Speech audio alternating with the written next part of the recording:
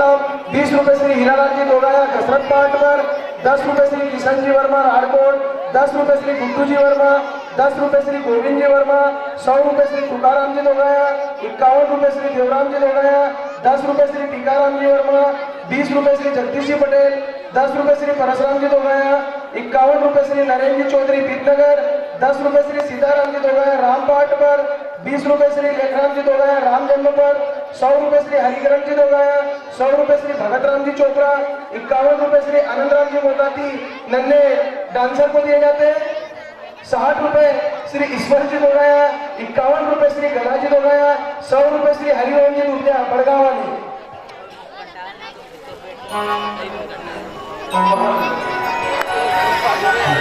10 रुपए श्री बद्री जी चोपड़ा मुनि पात्र को दिए जाते हैं, 10 रुपए श्री दशरथ जी वर्मा, 100 रुपए श्री चेतराम जी दोगाया, 10 रुपए श्री मुकेश जी वर्मा, 10 रुपए श्री दिनेश जी दोगाया।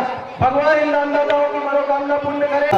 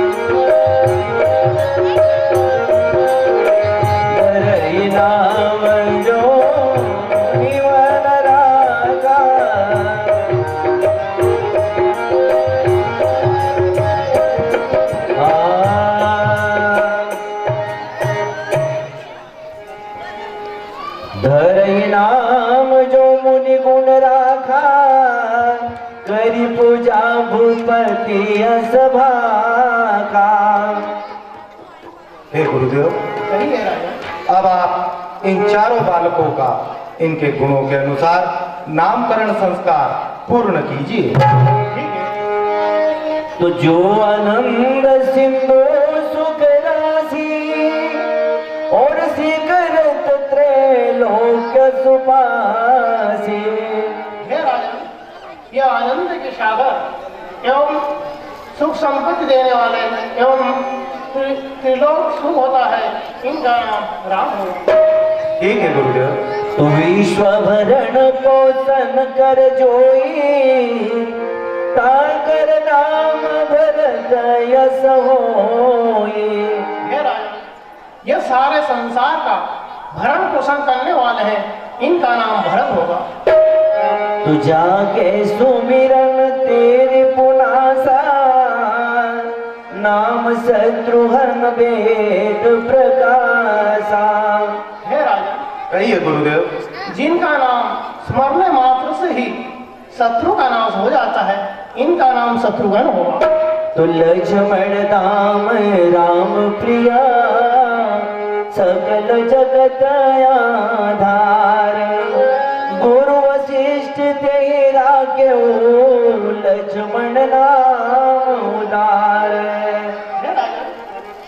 यह सुलक्षणों के धाम एवं राम के प्रिय अर्थात यह जगत के संसार के आधार, इनका नाम लक्ष्मण है एवं आपके चारों पुत्र वेदों के तत्व हैं।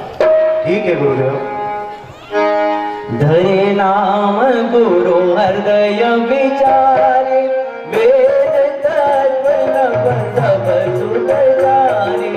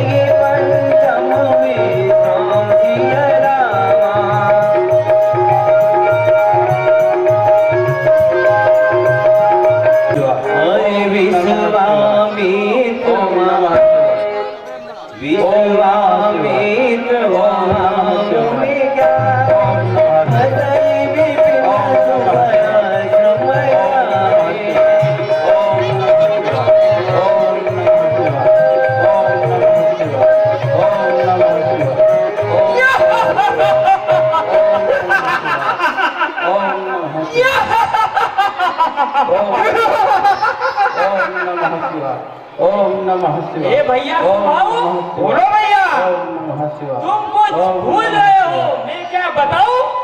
बताओ भैया क्या बोल रहे हैं? ए भैया, महाराज लंकेश का यह आदेश है कि इस वन में कोई यज्ञ नहीं करे।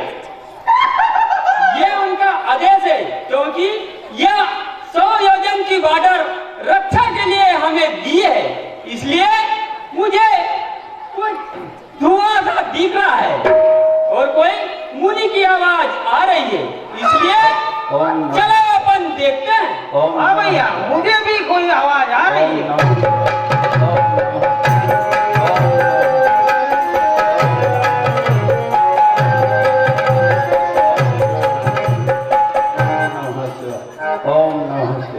ओम नमः शिवाय। ये भैया सुबह, ओम बोलो भैया, यह कोई मुनि यहाँ यज्ञ कर रहा है। मुझे भी दिख रहा है भैया। यह यज्ञ अगर सफल हो गया तो हमारा तो नाश हो जाएगा। अपनी राक्षस जाति कुल का नष्ट हो जाएगी। ठीक है भैया, इसलिए चलो इसे ही विध्वंस करते हैं। चलो महाराज से।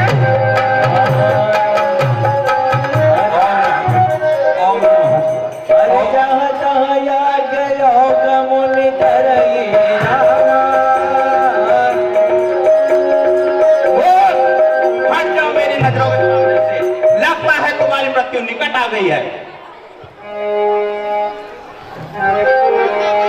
गांधी तो नहीं मन चिंता व्यापी, हरि बिन मरई न निशिचर पापी। देखिए, ये राक्षस बड़े मायावी और बलवान है और इनकी मृत्यु बिना श्री हरि की मत होने वाली नहीं है। तो तब मुनिवर मन की न विचारा, प्रभु अवतार हरणो महिवारा। देखिए, मैंने सुना है पृथ्वी का भार हरण करने के लिए श्री हरि ने राजा दशरथ के यहाँ अवतार ले लिया। कोई समिस देखो प्रभु पद जाई, करी विनती आनो दो भाई। मैं इसी बहाने जाकर प्रभु के दर्शन कर लूंगा और राजा से विनती करके दोनों भाइयों को ले आऊंगा। तो ज्ञान विराग सकल गुण आयना, सो प्रभु मैं देखूं भर नैना। और इस प्रकार ज्ञान वैराग्य और सकल गुणों के धाम मेरे प्रभु को मैं दर्शन करूंगा। तो यही विधि करत मनोरथ रामा, जातन लागी बार सिया रामा।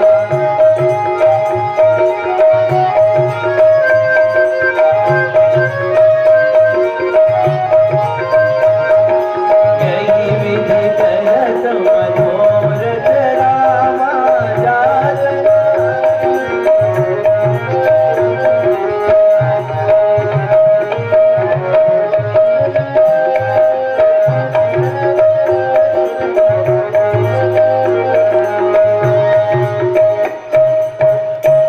तो मुनि आगमन सुना जब राजा और मिलन गयौल विप्र समाजा। हे राजन, मुनि विश्वामित्र जी सरयू के तट पर पहुंच चुके हैं। उनके स्वागत के लिए हमें चलना चाहिए। क्या तो कहा? करी हे सखा सुमंत जी, महामुनि विश्वामित्र जी आए हैं। हाँ महाराज। वैसे महामुनि विश्वामित्र जी बिना कारण और बिना किसी प्रयोजन के किसी भी नगर में प्रवेश नहीं करते। फिर क्या कारण हो सकता है कि उनका आगमन अयोध्या नगरी में हुआ है? इससे पूर्व 10,000 वर्ष पूर्व वह अयोध्या नगरी में आए थे। तब महाराज हमारे वंश के पूर्वज राजा हरिश्चंद्र जी का राज्य था। उस समय उन्होंने अयोध्या में बड़ी उथल पुथल मचाई थी, किंतु वह बड़े ही महाज्ञानी और परम पूजनीय है। इसलिए हमें सभी साधु संतों को साथ में लेकर उन्हें सादर सहित राजभवन में लाना चाहिए। तो मुनि आगमन सुना जब राजा मिलन गयौले विप्र समाजा।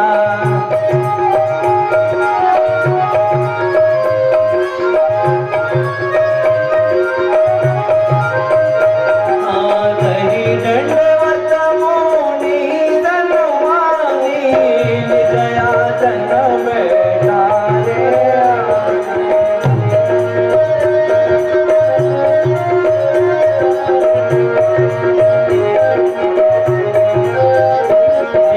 चरण पधार की नयति पूजा ओ समाज दंड नहीं दूजा।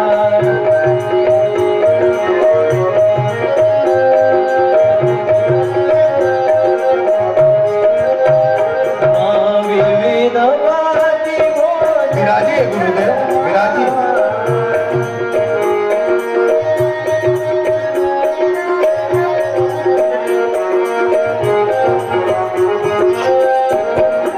चरण पधार की नयति पूजा ओ समाज दंड नहीं दूजा।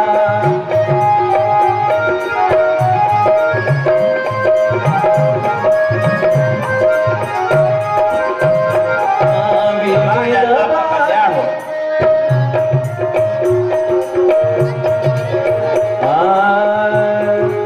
हे महामुनि, आपके चरणों में दशरथ का सादर प्रणाम है। हे गुरुदेव, आपके चरणों की रज को पाकर आज हमारा भवन कृतार्थ हो गया। आपका अयोध्या नगरी में स्वागत है गुरुदेव। तब मन हरसि वचन कहराओ मुनि अस कृपा के नहीं गाओ। हे मुनिराज, आपका अयोध्या में किस कारण से आगमन हुआ है? गुरुदेव, आप किस लिए यहाँ पर पधारे हैं? आप मुझे केवल आज्ञा दीजिए। आपके कहने में समय लगेगा, किंतु आपकी आज्ञा का पालन करने में क्षण मात्र की भी विलंब नहीं होगा। तो असुर समूह सतावहि मोई मैं याचना यहूं नप दोई। हे राजन, कहिए गुरुवर। राक्षसों के समूह हमें वन में यज्ञ धर्म कार्य आदि नहीं करने देते हैं, इसलिए मैं आपके पास याचना लेके आया हूँ। तो अनुज समेत देव रघुनाथा निशिचर वद मैं होम सनाथा। हे राजा, आप श्री राम को भाई लक्ष्मण सहित मुझे दे दीजिए, जिससे मैं सनात हो जाऊंगा। तो देव भूप मन हर्षिता तजब मोह ज्ञान धर्म सुजस नप तुम कर इनका कल्याण।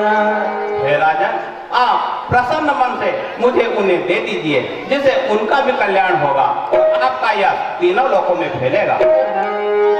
तू सुन राजा की अति बाणी, हृदय कांत मुख सुखी कुमलानी।